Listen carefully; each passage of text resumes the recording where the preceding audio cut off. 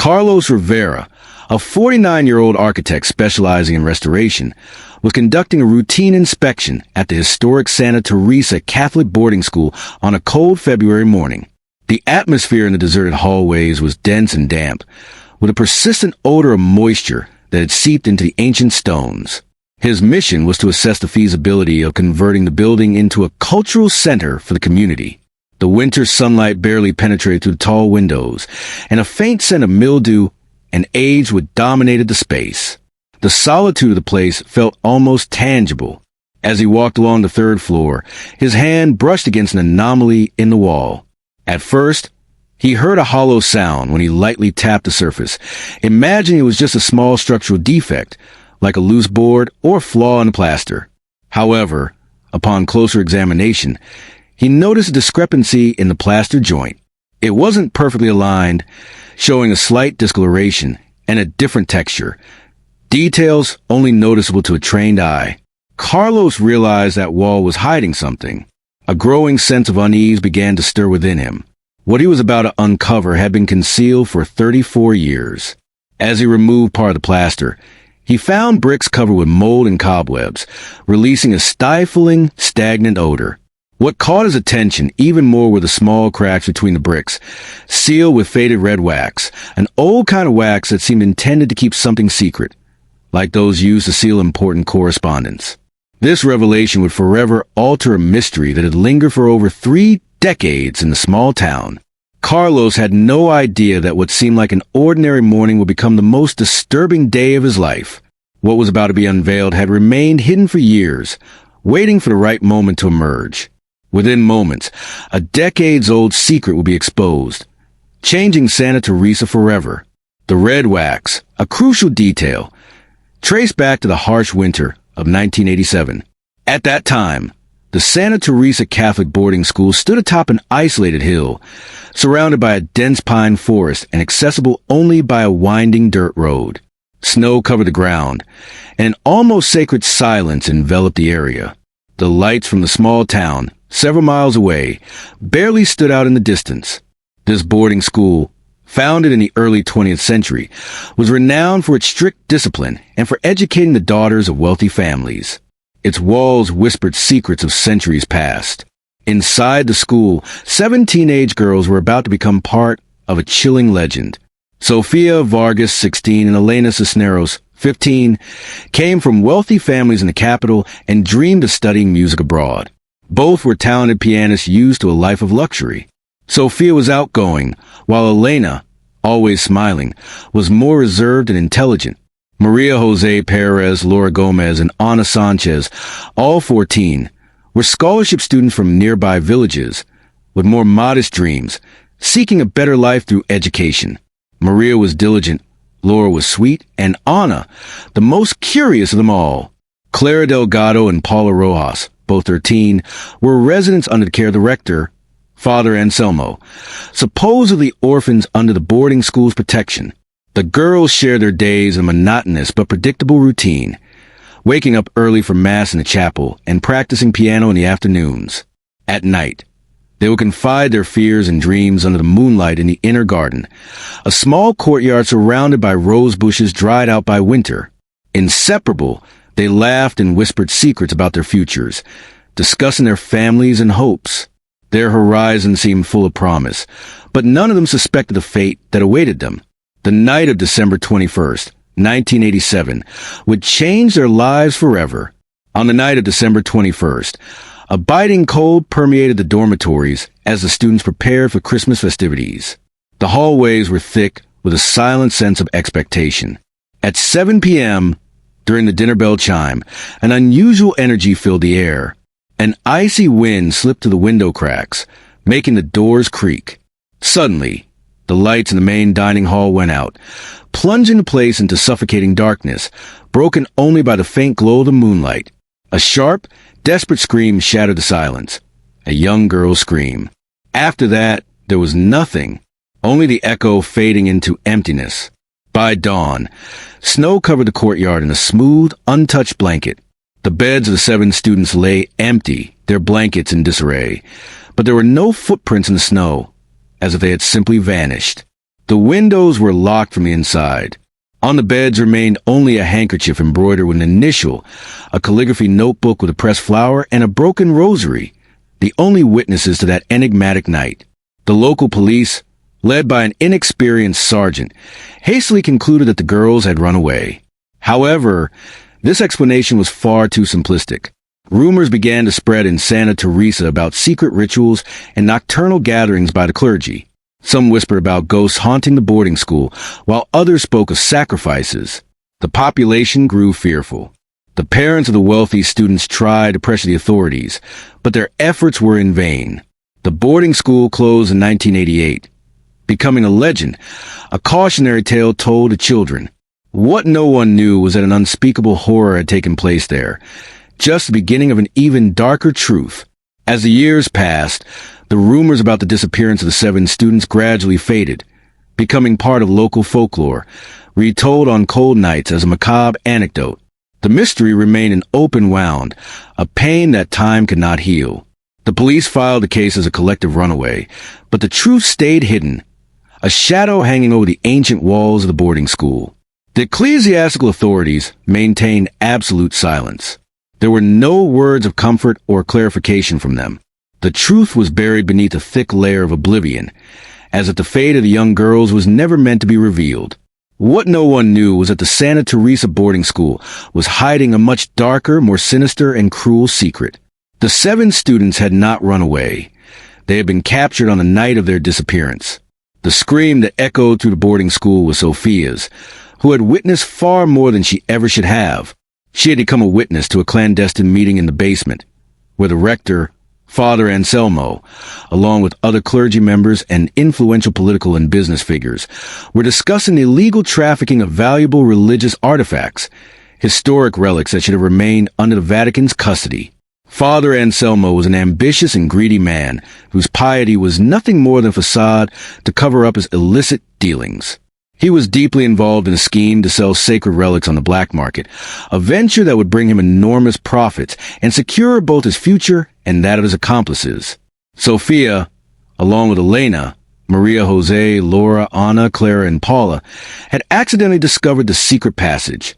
They found a hidden entrance behind a false library on the 2nd floor, a concealed compartment masked by a shelf of old books, leading them down to the basement where they overheard the plans and the names of those involved in the conspiracy.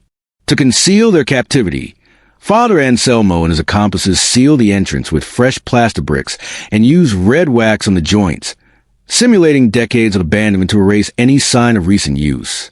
Father Anselmo could not allow the secret to be exposed. The reputation of the boarding school and his position within the church hierarchy, along with the standing of his co-conspirators, were all at stake. The girls were quickly captured by the school's maintenance staff, men loyal to Father Anselmo.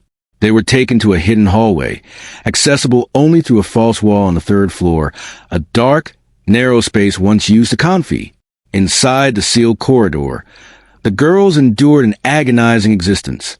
At first, despair consumed them, convinced they would die of hunger or thirst.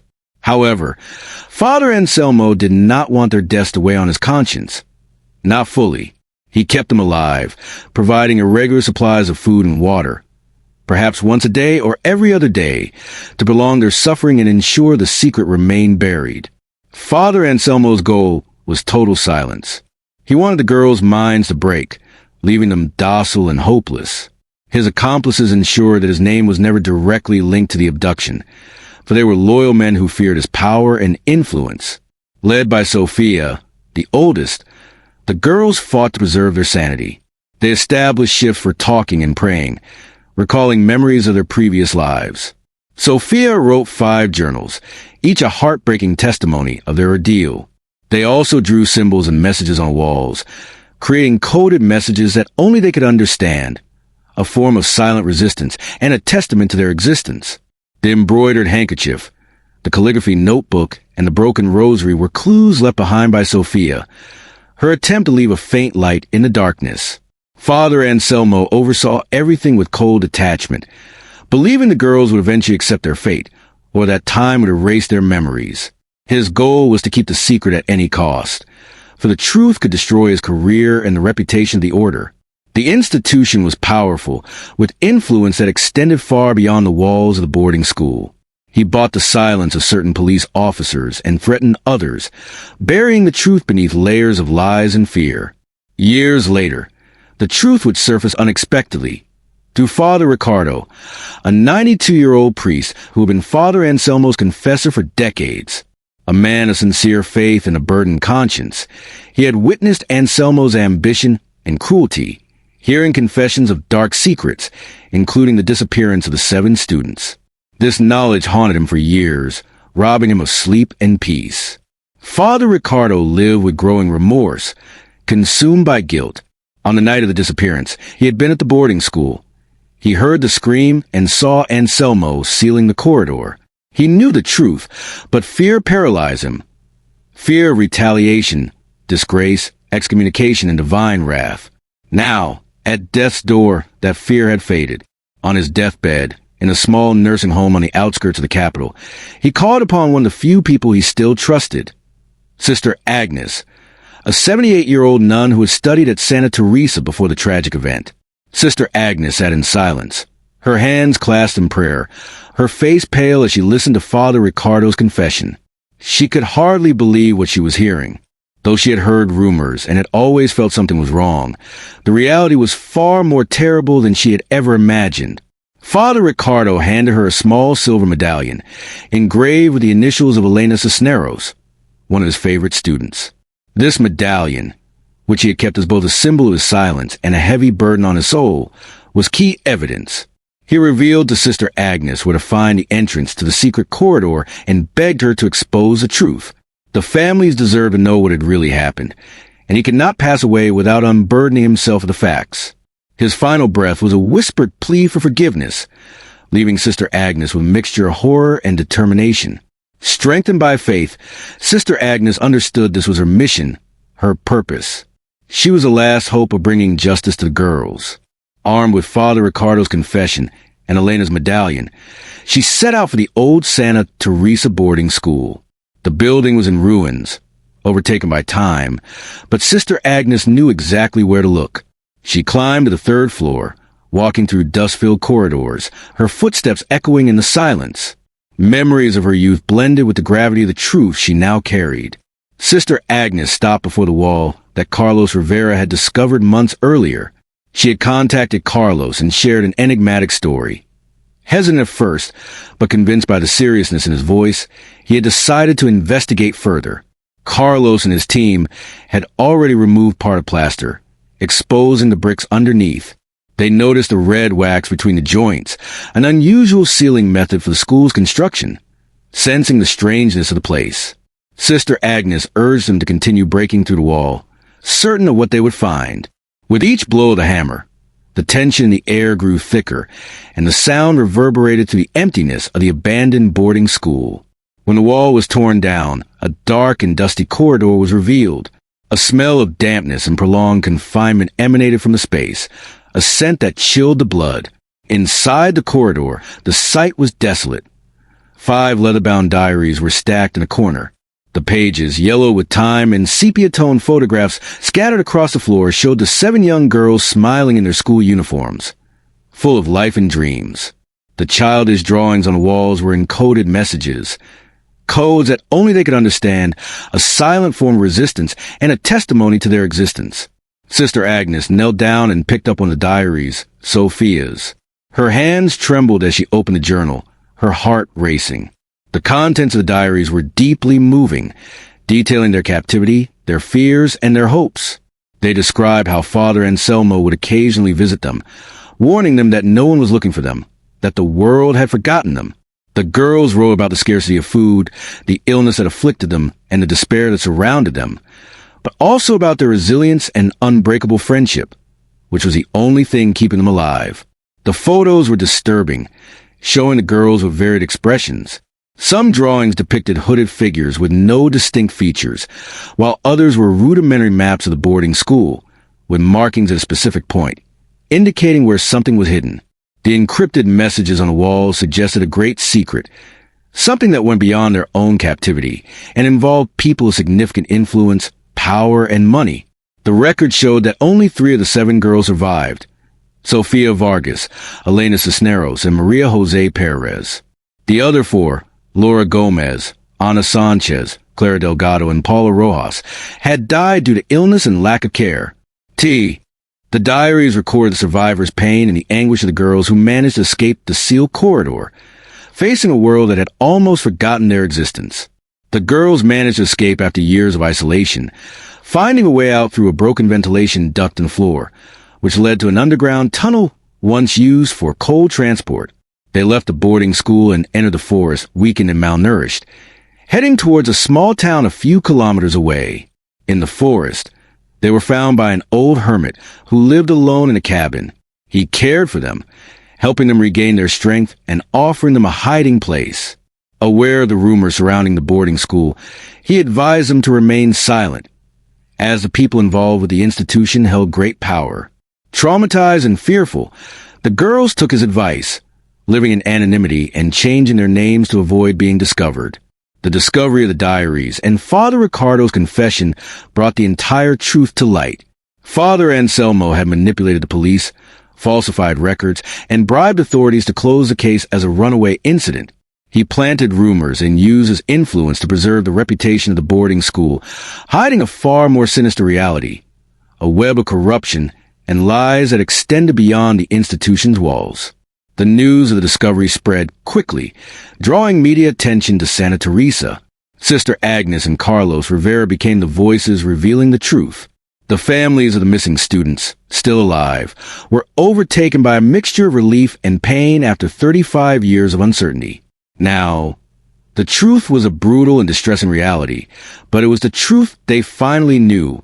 The revelation of the sealed corridor and the diary's contents deeply shook the small town of Santa Teresa, bringing to light the consequences and repercussions of a secret so well kept. Society now faced the shock of confronting the corruption and cruelty that had allowed such an atrocity to remain hidden for so long. The news spread across the country, exposing the story of the 7 missing students and the shocking truth about their captivity. The case became a national scandal.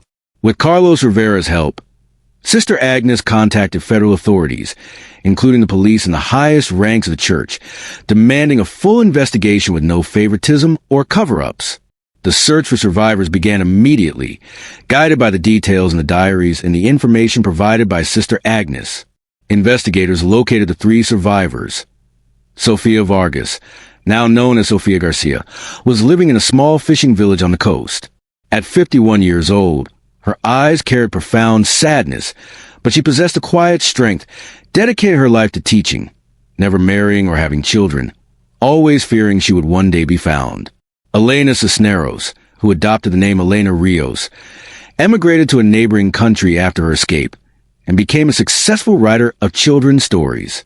Her works often reflected an underlying melancholy, a lingering echo of confinement, and a longing for freedom. She avoided contact with her family, believing they had forgotten about her. Maria Jose Perez, now Maria Soto, lived on a remote farm deep in the countryside, leading a simple life and finding comfort in nature. She was the most reclusive, avoiding civilization and people, always fearful of being recognized. The reunion of the survivors with their families was a moment of profound emotion. Tears of both joy and pain, long-awaited embraces, and decades of suffering relived.